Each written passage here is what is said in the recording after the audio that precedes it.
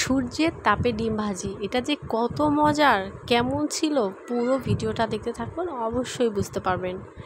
এখন যে রোদ পড়েছে, যে পরিমাণ গরম, এই গরমে ডিম না, মুড়ি পর্যন্ত ভাজা হয়ে যাবে, মানুষ ভাজা হয়ে যাচ্ছে। তো এগুলো আর কি, তো আমি আসলে চিন্তাও করিনি। আমার ভাই বোনেরা সবার অনুরোধে গ্রামের বাড়িতে এসেছি, তো সবার অনুরোধে ভাবলাম যে দেখি একটু আমিও ডিম ভাজি করি।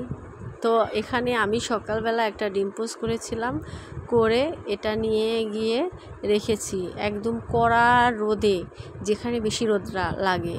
এটা হচ্ছে 2 তলার উপরে, ছাদে উঠে দেখেন কতটা সূর্যের তাপ। আর এখন যে গরম পড়েছে, পুরো মানে পা দেওয়া যাচ্ছে না, এরকম অবস্থা। তো সবাই মিলে গেলাম ছাদে, গিয়ে বেশিক্ষণ থাকতেই পারিনি, এত পরিমাণ রোদ। আর আমি গিয়েছিলাম খালি পায়ে। তো প্রায় 2 ঘন্টা পরে গিয়েছি, 2 ঘন্টা পরে, একদম টানা 2 ঘন্টা পরে, 12টার পরে গিয়েছি আমরা। আর এটা দিয়েছিলাম, কড়াইটা দিয়েছিলাম ঠিক 10টা বাজে। তো দেওয়ার পরে তারপরে আমরা যখন গেলাম, গিয়ে দেখি কড়াইটা তো সিরিয়াসলি খুব বেশি গরম হয়ে গেছে। আমরা তো হাত দিয়ে পুরো অবাক, কিন্তু কড়াইয়ের চেয়ে বেশি গরম হচ্ছে নিচের যে ফ্লোরটা, সেই ফ্লোর। তো আর কি, আমার ভাই বোনেরা সবাই বলতেছিল যে আপু ফ্লোরে দাও। তো ফ্লোর যেহেতু কিছু করা হয়নি, তো আর কি করার। তো আমার ভাই আবার, আমি জুতা পরে যাইনি, তো আমার ভাই আবার এই জুতাটা দিল, দিয়ে দেখি, ট্রাই করে দেখি, সবাই যেহেতু ট্রাই করতেছে, তো আমাদের আর ট্রাই করলে ক্ষতি কী। তো ব্যাস যেই ভাবা সেই কাজ। এই তো দেখেন ডিম ভাজতেছি। আর সত্যি বলতে কি, এই ডিমটা যে কত মজার ছিল আর কেমন ছিল, সেটা পুরো ভিডিওটা দেখবেন, অবশ্যই বুঝতে পারবেন। শেষে কিন্তু অবশ্যই কিছু আছে।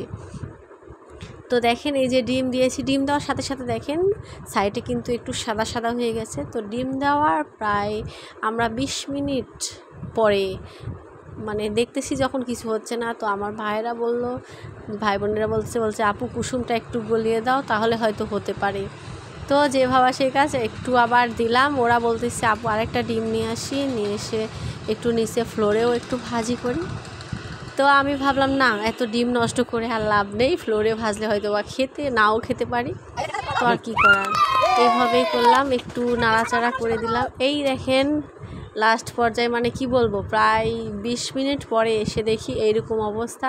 ক্যামেরাটা একটু আধটু নড়াচড়া হয়েছে, বা কারণ মোবাইলটা এত রোদের মধ্যে রাখলে এখানে রাখা সম্ভব না। তো একটু বাতাসও হচ্ছিলো, বাতাসে একটু ইয়ে পড়তেছিল। তো ওরা সবাই কি বলবো, আর ডিম ভাজি হওয়ার পরে সবার কি চিল্লি, সবাই এত খুশি হয়েছে যে রোদের তাপে ডিম ভাজি করে এত খাওয়ার মজা কখনোই পাইনি এইরকম মজা।